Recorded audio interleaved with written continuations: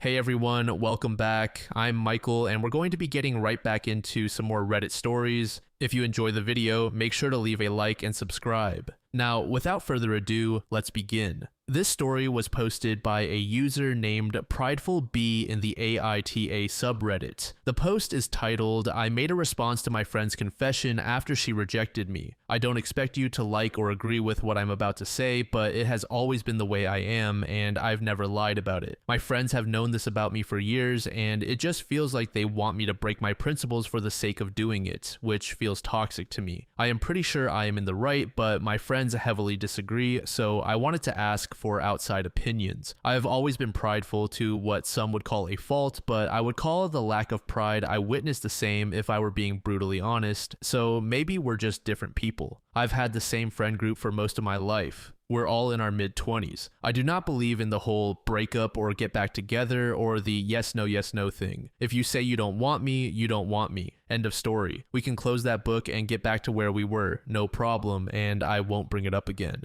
About 6 weeks ago, I finally got up the courage to ask out my best friend, someone I had feelings for a long time before this. She wasn't interested, and I accepted that right away, because why would I not? We've been friends for a long time, and I didn't expect anything from her. I did distance myself for just a little bit to get over the awkwardness, but within a little over a week, it was like nothing happened, and I was glad. At least until this last weekend when, during a sleepover with all of our friends at my place, she kissed me. No one else was paying attention, and I was kind of in shock, so I just pulled away and shook my head. I honestly figured she was plastered and that would be the end of it. We had all been drinking a lot, and I wasn't even going to bring it up. The next morning, I woke up and she, as well as a couple of our friends, were gone. The ones that were still there were really angry. No matter how I try to explain where I'm coming from, I'm apparently not understanding how hard it was for her to confess and that she felt humiliated by my reaction. I told them that they all knew how I felt about this kind of thing, and they started talking about how it was a different situation and that my response was heartless. I don't know. Am I the asshole? Update. I promised a couple of people an update if there was one, other than me just losing almost all of my friends in one go, and to my surprise, there is. Though at the same time, I'm mostly posting this for me shouting into a void because I feel slightly rock bottom right now, and my gut is telling me to quit my job, pack my things, and leave the state because life here is unsalvageable for me. I have family out west who would let me stay for a while, and every time I consider it, it seems like a better idea. I also wanted to start by saying I would like to explain my position a little better, so just skip the next 2 paragraphs if you don't want to hear it, but I do want the chance to explain myself a little better. I was a wreck writing the first one, and looking back over it, I didn't give many details regarding my reasons or how I feel about it outside of avoiding the situations. I do not view myself as an epic badass or whatever else everyone was commenting on the last post. In fact, I do understand that to many, this is a pretty fatal flaw in my personality. I have accepted that for a lot of people, that opinion is one that cuts off the possibility of friendship. It sucks, but I also don't want to change myself or force myself into uncomfortable situations just because people don't like a part of me. I am very accepting of others' views on the situation and completely agree that my own can seem rigid. I don't blame people for disagreeing. I think that plenty of people could have a wonderful relationship in that situation. I only even brought this up because it matters to the story. However, I also know that when it comes to relationships, it would not be fair to either party in a case like this. I know for a fact I would never fully know that I wasn't a backup option or that they aren't just saying yes because it's convenient now. I don't want those kinds of thoughts in my head, and I don't want to constantly feel like I have to prove I am worth it in a relationship. I have more pride, or maybe, as others have said, self-respect is better wording. It isn't meant as a gotcha or to punish the other person in any way. It's because even if I still have romantic feelings, I genuinely don't think the relationship is a good idea anymore. Anyway, for the actual update, after almost a full week of radio silence, she replied to my text and asked if we could meet and talk. I asked where she wanted to meet, and she said my place, I assume for privacy, which is cool. I know a lot of people were talking about her trying to set me up for crimes and stuff, but I'm not really worried about that from her. I just don't think she would. She isn't vindictive. So when she got here and we sat down, I pretty much just told her that I was so confused about everything that I didn't even know what to make of all that happened. And I asked her to tell me what happened from her point of view. There were two differences between her version and mine that I picked up on, which may well have been accurate. I was plastered, and they aren't huge differences, but at the same time, I can see how it would be embarrassing. She claims that after I pulled away, I made a face like I was grossed out. Afterwards, she said I shifted to lean away from her for the rest of the movie, and it just made it worse. I don't remember either of them, but again, drunk. Not going to deny it. I have little control over my face when I smoke or drink, and I absolutely could have made a face without realizing it, just out of shock. I apologized for that and assured her I wasn't disgusted, just shocked as hell, and also assuming it was a drunk mistake kind of thing. Hell, we've all done stupid stuff drunk, no big deal. It was only the next morning when I was bombarded with accusations before I even got a morning piss that I was told it was meant to be any kind of hint or whatever. She did look really embarrassed at that point and told me she hadn't thought about it that way and just thought it would be simpler than everything else. I decided against my better judgment to ask the question everyone here told me I needed to ask. Why did she actually reject me at first, and what caused her to change her mind? That's when things got really uncomfortable, and I could tell she didn't want to tell me, but eventually she did. Apparently, her parents are more bigoted than she or anyone else led me to believe, so in her own words, telling them we were in a relationship wouldn't be worth it since I came out. I am non-binary, and she said they haven't liked me since then, but stay civil for her sake, meaning that they would just trash talk me whenever I left. She was scared that dating would push them too far and they'd cut her off from their lives.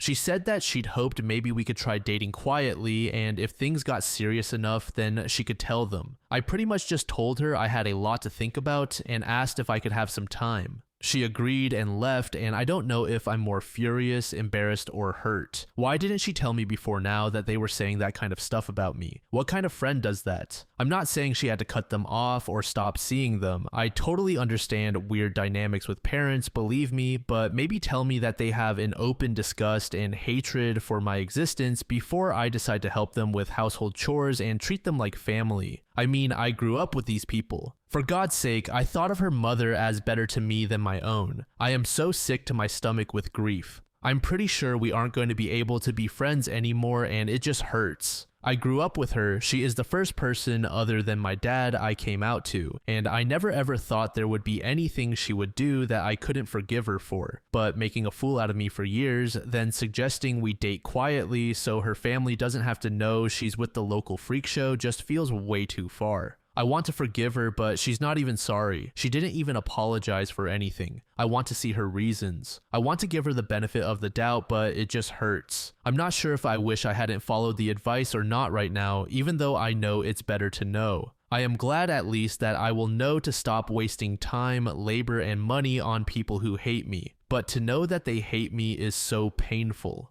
Update 2. So it's been a while. I was talking to a new friend yesterday about why I moved and remembered this account, so I figured I'd give you an update. I didn't confront my ex-friend's mom or dad. I didn't think it was necessary. I believed her. I don't think she was lying. I spoke to my therapist and we went over my reasons to stay and my reasons to go, and the list for leaving was so much longer than the list for staying. It was pretty simple to move. I was renting on a month-to-month lease and I didn't have much I needed to keep. I'm living with my uncle now, who's really cool, in a much more populated area. It was a lot easier to find friends out here than back home. I did receive a few apologies from the friends who were sending nasty texts before I left, and I accepted those, but I was pretty honest about my plans. The one who really showed their true colors was my ex-best friend. When she found out I was moving, she was pretty furious and kept yelling and calling me names and all this stuff, which I thought was because she was gonna miss me. Nope. She ended up asking what her parents were supposed to do now since I was the one who took care of their gardens for the most part. She asked how selfish I could be and if I wanted them to break a hip just because they didn't like that I wear skirts now. She didn't outright call me a slur, but there were a lot of little digs in that last talk that made me keep waiting for it. I don't think she's a bigoted asshole. I think she was mad and knew that would hurt my feelings, so she dug in deep. So anyway, I've had her and most of the people back home blocked for a while, and it doesn't bother me much. I'm doing well. I had a birthday party recently. Side note, I will never ever get over being able to wake up and decide to go to the beach and just drive there. That is such a luxury to me, and I hope it never gets old. My uncle is a quiet guy. I like spending time with him and his wife. They never make me feel like a freak, and I am so glad to call them family. Wibble Wobble said, massive bullet dodged. My ex-friend and her whole family are terrible. I can't imagine hating a person but still expecting them to continue doing your gardening and whatever other chores for you. And the ex-friend knowing how her parents were and still expecting them to do those jobs, no way. I'm so glad they had an opportunity to escape. Complete Entry said, I find it funny that drunk OP didn't need words to express their disgust when sober OP wrote a friggin' novel. Losing a friend network suddenly is painful, but if it's a bad friend group, it's a secret kindness. The universe removed the bad. I hope they are doing better now. A poisonous woman said, yeah, I'm putting my money on the ex-best friend being a bigot, but never thinking OP was actually non-binary, that they would date on the down low until they stopped pretending. No way a non-bigoted person would let her best friend be insulted by people they loved without their knowledge, then immediately shout bigotry the second they stop taking your nonsense. Lots of trans people are only humored until the people pretending to care get ticked off, even in spaces that present as trans-inclusive. Maybe I'm looking too deep into this, but I've seen very similar stories play out a dozen times. If you're a bigot when you're angry at someone, you're probably a bigot even when you're nice to them too. This next post was made in the same subreddit by a user named AdTaylor. The post is titled, I chose to live with my ex-stepmom instead of my dad after their divorce. I am an 18-year-old female about to graduate high school, and things have been weird at home for a while, but now everything has kind of blown up and I'm getting a lot of mixed reactions, so I figured I'd post here. My dad remarried when I was 14. His new wife had 2 kids from a previous marriage who were younger than me. From the start, she was polite but cold. Never rude, but definitely distant. She always seemed more relaxed and affectionate with her kids, which hurt, but I figured maybe that was just natural. However, whenever I came into the room, she stopped laughing and looked at me as if I was a danger to her or her children. For years, I felt like I was walking on eggshells around her. I tried being friendly, helping out with her kids, giving her space, etc., but it never felt like I was truly welcome in my own home. It hurt, but I got used to it. But something changed this past year. I don't know exactly what triggered it, but my stepmom started acting different, more present, kinder. She started checking in on me, inviting me to sit with her and her kids more, even standing up for me when my dad would snap or criticize me. That's when things started to click between us. It turns out my dad had told my stepmom a lot of things about me when they first got together. Things like I was manipulative, dishonest, moody, lazy, emotionally unstable. Basically, he made me sound like some troubled, dramatic teenager who couldn't be trusted. I found this out because I overheard them fight about it. She apologized and said she realized how wrong she had been and how my dad was constantly nitpicking, belittling, and controlling, and how she never saw it clearly until she started watching how he treated me versus everyone else. They divorced about 2 months ago. My dad expected me to stay with him. Legally, I could do whatever since I'm 18, but I told him I wanted to live with my stepmom. It caused a whole explosion. He said I was choosing a woman who never even wanted me, that I was turning my back on my real family. His parents called me ungrateful. Even a few family friends said I was being disloyal and just trying to hurt him. But here's the thing, Dana does want me now. She's apologized, made an effort, and treats me like a human being. She is the one coming to visit my school competitions and helps me whenever I ask her. My dad hasn't taken a real interest in me in years. She listens, she makes space for me. She showed me what it feels like to be safe. So am I the asshole for choosing to live with my former stepmom instead of my dad? Update. Hi again. I honestly didn't expect my post to get the attention it did, but thank you to everyone who offered support, advice, or even just validation. Reading your comments helped me feel a little less alone in all of this. I wanted to give an update, especially since some people asked if my dad ever tried to explain himself. He did. After I moved in with my ex-stepmom, things were quiet for a few weeks. Then last week, my dad asked to meet. I agreed, hoping maybe this would be a turning point, that he'd acknowledge the way he treated me and maybe even apologize. But instead, I got a whole different kind of explanation. He told me that he was still in love with my mom and that he had never truly moved on.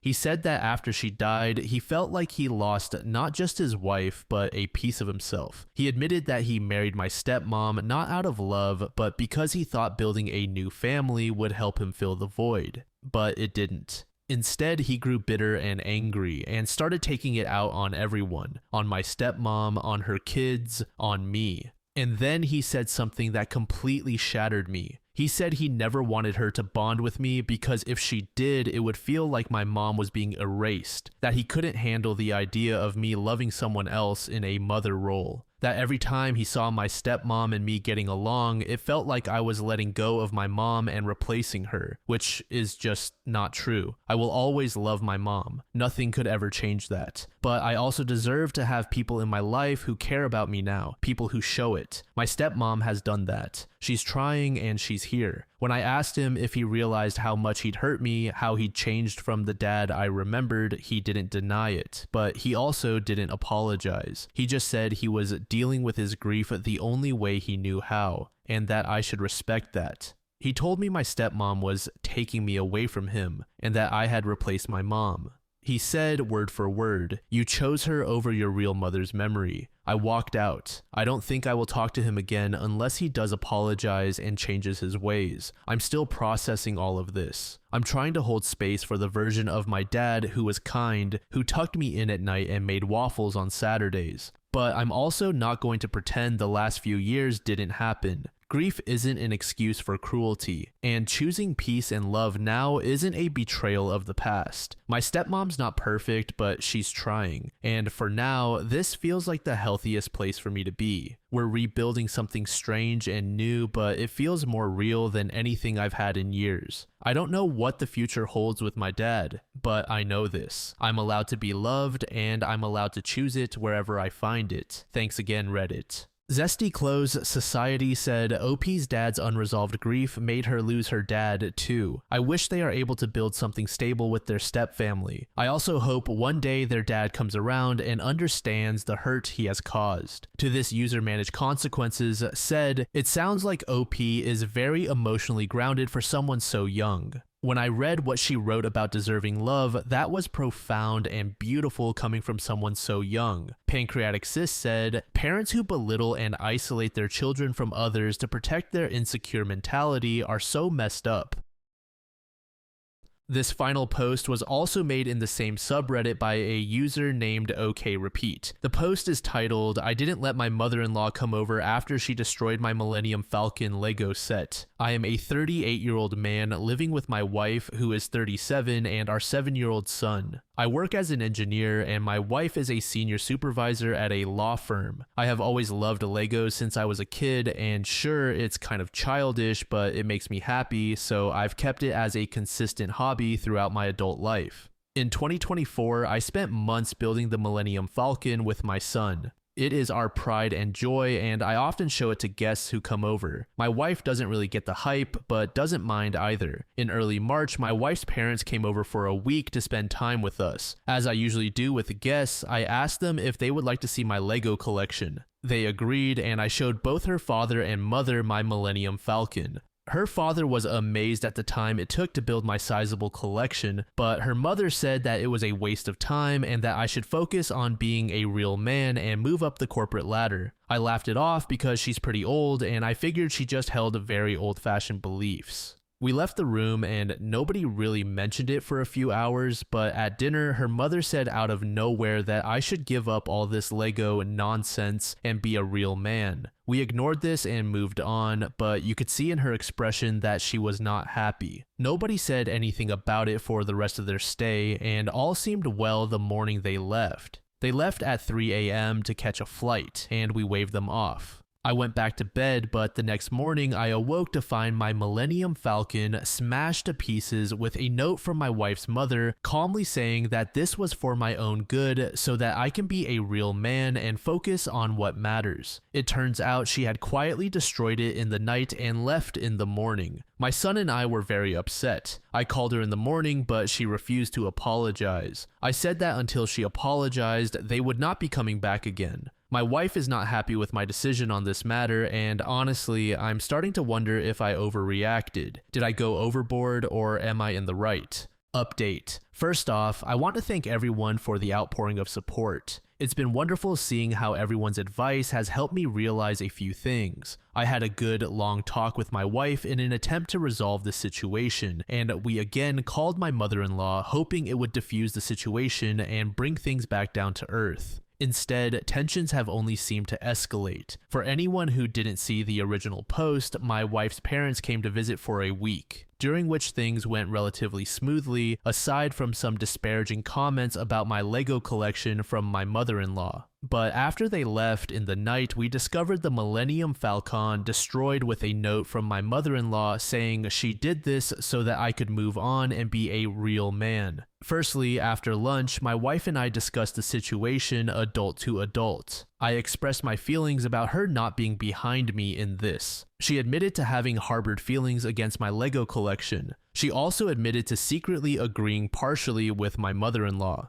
She doesn't think my mother-in-law should have gone as far as she did, but according to my wife, I need to move on. I feel hurt by this since it's been my lifelong hobby, and being an engineer, I take great joy in building various creations with Legos. After that, my wife and I were certainly not in agreement, but we were at least on the same page. We also both wanted to resolve things with my mother-in-law, so that day we called her, and things did not go well, to say the least. I simply told her that I was sorry I had to not let her come back, and I hope things can be resolved quickly. Still feeling upset about the Lego Millennium Falcon, I said that all I asked of her was an apology. She refused, saying that if she bends for me at all, I would never get over my Lego obsession. My wife is not happy with any of this, and frankly, the marriage is starting to show tensions, which worries me greatly. She seems to be more distant after all of this. My son has developed a strong dislike of my mother-in-law, and I really can't blame him. She has been getting a little crazy and seems to only talk about Trump these days. Should we start considering a senior home for her? So that's the update. Things are getting even worse, and I'm not sure if I can salvage the situation. I'll update everyone when new developments occur. Turiel said, that thing costs around 1K and has 8,000 pieces. He and his son spent months building it, and the recommended age is 16 years and older. To this, Steenstein said, yeah, people look at Lego like a game, but OP was giving his son real-life lessons on team building, creativity, problem-solving, social skills, and more, masked as fun. You do not have to see the value in a hobby, an activity, or a parent-child bonding experience to respect it. Honestly, I would be meeting with divorce attorneys. The next set of lessons I would teach my child is how not to tolerate disrespect, the importance of accountability and apologies, and when to walk away from a relationship when the foundation of trust and respect has been broken. Then to this Eyeless in Snow said, it is a shockingly common mindset that fun activities done for enjoyment are somehow beneath adults, especially adult men. Playing video games, building RC cars, maintaining model collections, hell, I've even seen craft projects disparaged. It is as if being an adult means the only acceptable life functions are working and doing chores. I feel like people need to continually feed the inner child within themselves. You don't just stop being the kid you used to be one day, you just get older. Thank you so much for making it to the end of the video, and thank you also to partner of the channel, Gamersupps. Use code DLAM to support the channel and get 10% off of your purchase, link in the description. I'm sure many of you like me have a hankering for daily caffeine, so go check them out. Lately, I've been a big fan of Titty Milk and Acid Rain, but they've got dozens of other flavors for y'all to try out. Anyway, thanks again for reaching the end, and I hope you all have an amazing passage of the next 24 hours.